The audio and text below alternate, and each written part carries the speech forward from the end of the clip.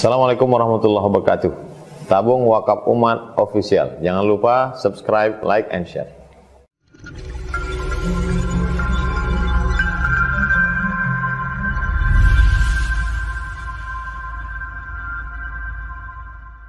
Sebelum kita membaca pertanyaan, begini Ustaz, 20 tahun yang lalu negeri ini pernah melakukan ikhtiar untuk menjadi sebuah negeri yang ideal seperti disampaikan oleh seorang penyair Irlandia. Sebuah negeri yang memiliki sistem yang kuat, memiliki ekonomi yang baik, memiliki masyarakat yang sejahtera, tapi pada saat yang sama pantun, balada, syair masih dinyanyikan di mana-mana. Ikhtiar itu tertuang pada masa lampau 20 tahun yang lalu. Dan hari ini stagnan, tapi terus menjadi mimpi, menjadi igau, menjadi ucap. Dan sebab untuk mencapai negeri yang ideal itu menjadi pusat kebudayaan, menjadi pusat ekonomi, ini tentu menjadi ikhtiar semua pihak. Para pihak harus mainkan perannya agar negeri ideal yang pernah diimpikan sejak Riau ini menjadi provinsi tahun 1957 ini menjadi sebuah kenyataan. Dan tentu ini bukan hanya kerja para budayawan, para seniman, para penyair, para ustadz, tapi ini melibatkan para pihak yang juga berada di luar itu. Mungkin ini kita menyambut ulang tahun Riau, dan Riau pernah punya mimpi itu, pernah punya ikhtiar itu, dan Riau pernah memiliki satu zaman kita gegap gempita dalam dunia kebudayaan. Maka kami minta dalam rangka menyambut hari jadi Riau pada tahun 2020 ini, Ustadz memberikan saran. Mungkin apa yang dapatkan oleh Teraju, kita tidak berbicara tentang orang per orang, tapi lingkar kekuasaan Melayu memberikan perannya agar negeri mimpi yang pernah diidam-idamkan orang Riau itu dapat menjadi kenyataan pada masa yang akan datang.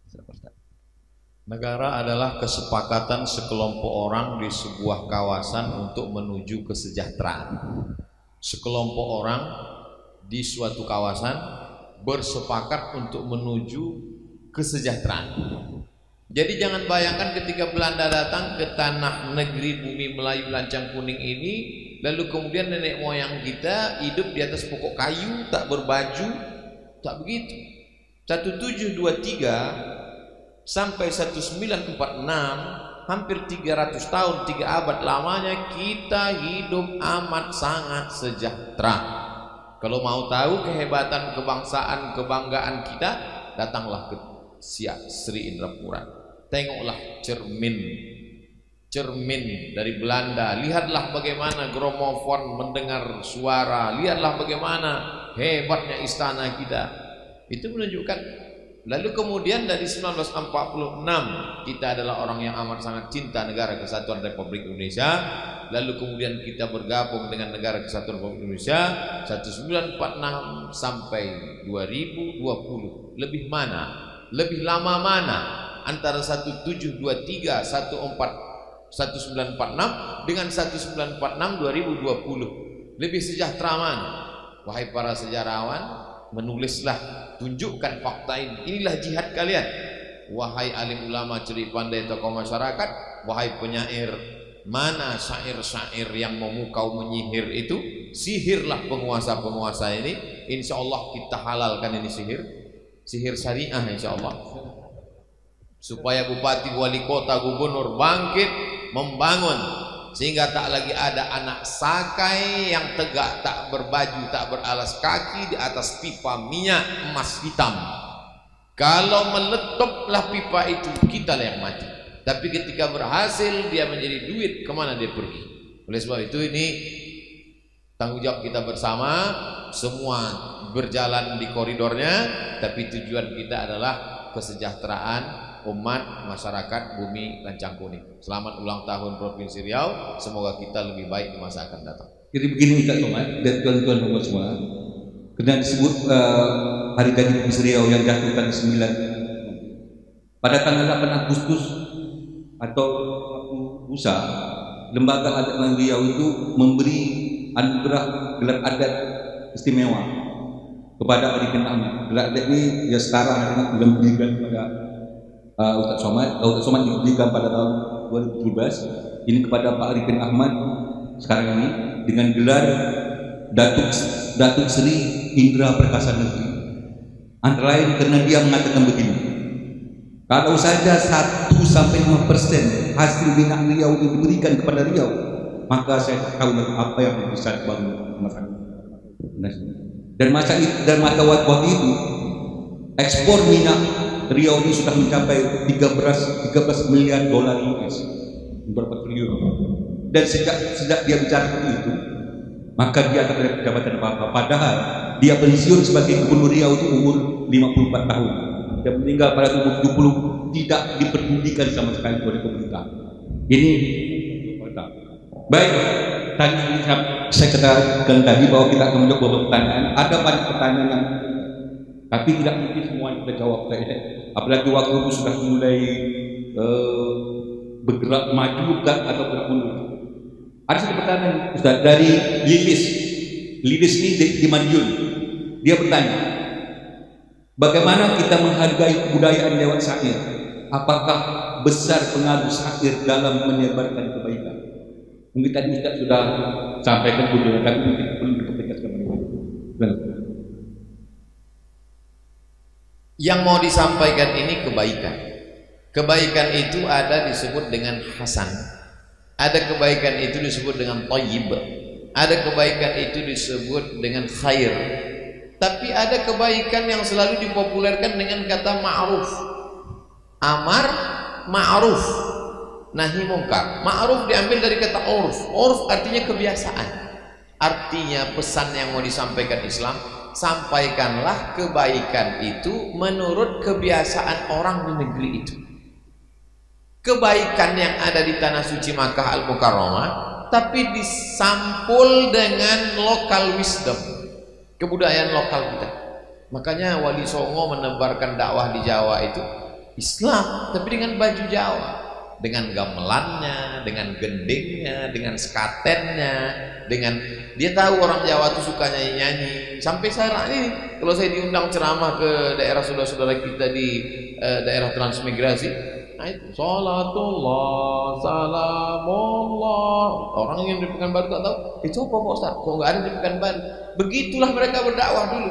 Nah, kebaikan itu amat sangat bisa sampai ke hati mereka melalui syair.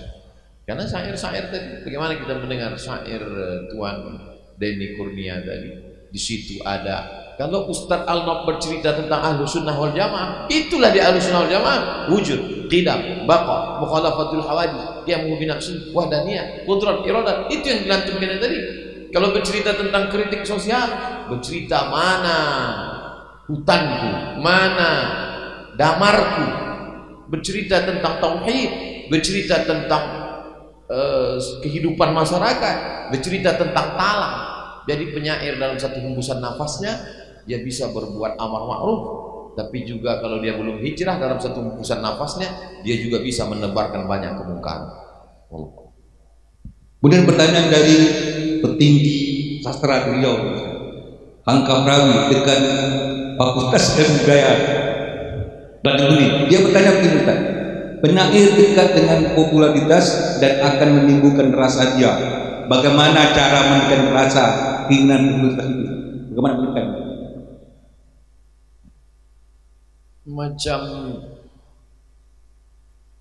Macam apa tadi syair yang di awal saya ucap tadi? Melukut di tepi gantang. Tak pernah kita anggap diri kita ini beras, tak sampai sebesar beras. Jangankan satu karung beras, seujung beras patah, itulah kita. Maka memandang tuan-tuan ini adalah hamba-hamba Allah. Ah, Ustaz ngomong aja, itu lagi lipstick aja, buktinya Ustaz tampil depan. Ustaz kan mau viral juga. Besok tengok berapa viewer, berapa follower, berapa viewer. Jadi ada orang menegur saya, Abdul Somad, kau dibuat Allah terkenal bukan untuk mengenalkan dirimu, tapi untuk mengenalkan Allah kepada hamba Allah yang belum kenal akan Tuhan. Saya kenalkan mereka dengan ceramah, saya kenalkan mereka dengan tausiah, tapi tuan-tuan, saudara-saudaraku, kenalkan mereka dengan syair, dengan ungkapan-ungkapan hati yang menyentuh kalbu umat. Maka insya Allah siapa di antara kita yang lebih dulu masuk surga, nanti kita tengok di akhirat, tapi cara-cara itu kita pakai. Oleh sebab itu kalau masalah popularitas, tentang masalah dikenal orang, itu hanya wasilah saja, hanya cara saja. Jadi penyair, buatlah grup, buatlah channel, buat channel. Nanti biar saya endorse. Rekam, tampil di mana?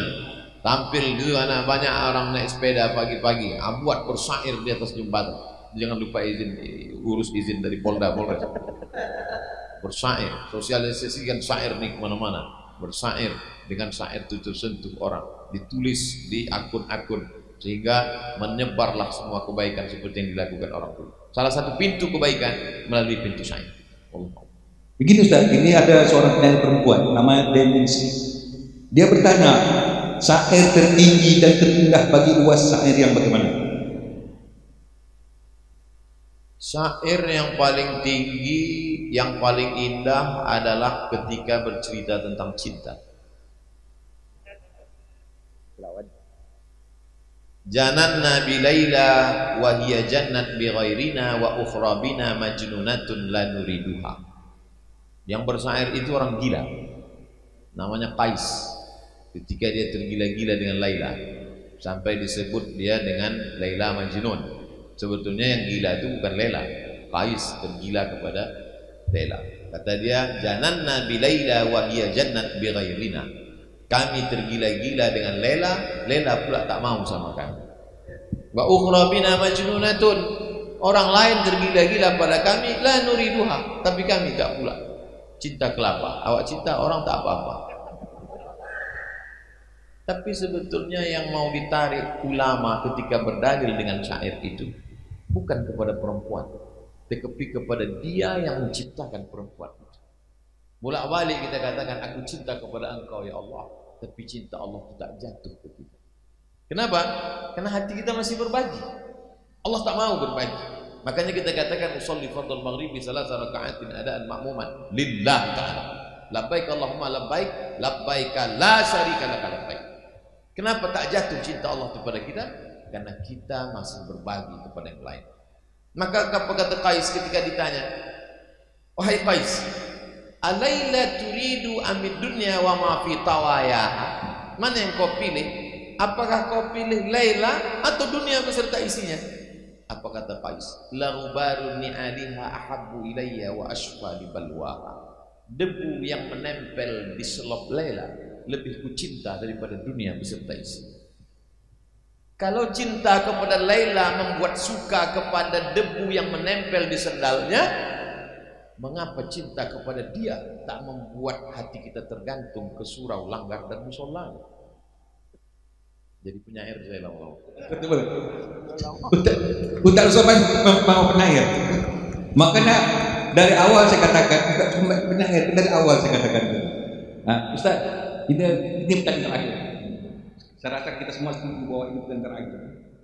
Bahwa dari Samsudin Adrawi di Jawa Timur, dia mengatakan, ketika sebuah puisi bisa mempengaruhi banyak orang untuk berbuat baik, apakah puisi seperti itu punya nilai seperti dakwah? Punya nilai seperti dakwah?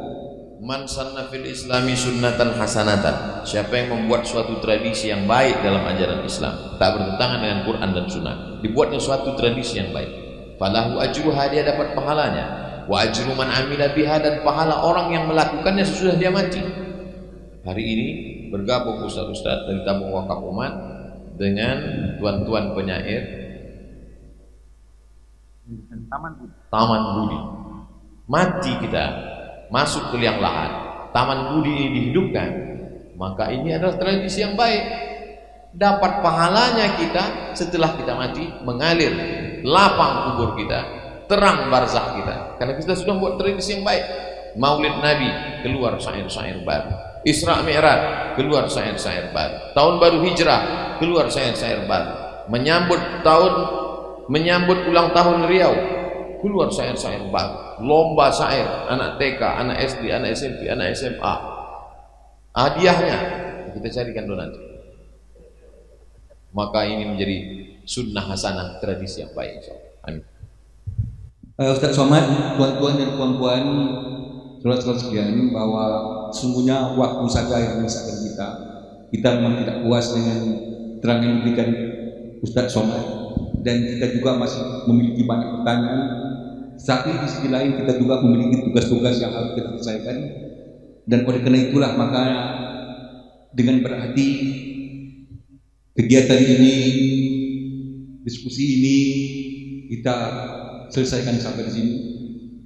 Dan pasti banyak kekurangan yang telah terjadi ketika saya dan Adinda Saukan kalian menerajui tanya jawab maupun ramah dari atau tausiah dari atau apapun bentuknya dari penyair kita Ustadz Abu Somad. Oleh karena itu saya mohon maaf, dan kalau ada kelebihan, ada yang lebih, itu semua datang dari Allah Ta'ala. Maka kepada Allah minta ampun, dan kepada tuan-tuan, terutama kepada Ustadz Somad, Datuk Seri, ulama setiap negara, saya mohon maaf, beribu maaf. Assalamualaikum warahmatullahi wabarakatuh. Mohon maaf Tuan, apa susunan acara kita ini? Saya mau membacakan syair. Silakan. Apakah pakai gambus atau keper? Udah, silakan. Saya pernah diminta untuk menulis. Mohon maaf ada sekolah kan tak keluar di kepala saya. Dalam susunan acara ini saya tak ada diminta. Sore tadi menjelang maghrib saya tulis jadi. Allah Ta'ala. Ini bonus. Ini bonus. Saya mohon izin berdiri. Ya silakan.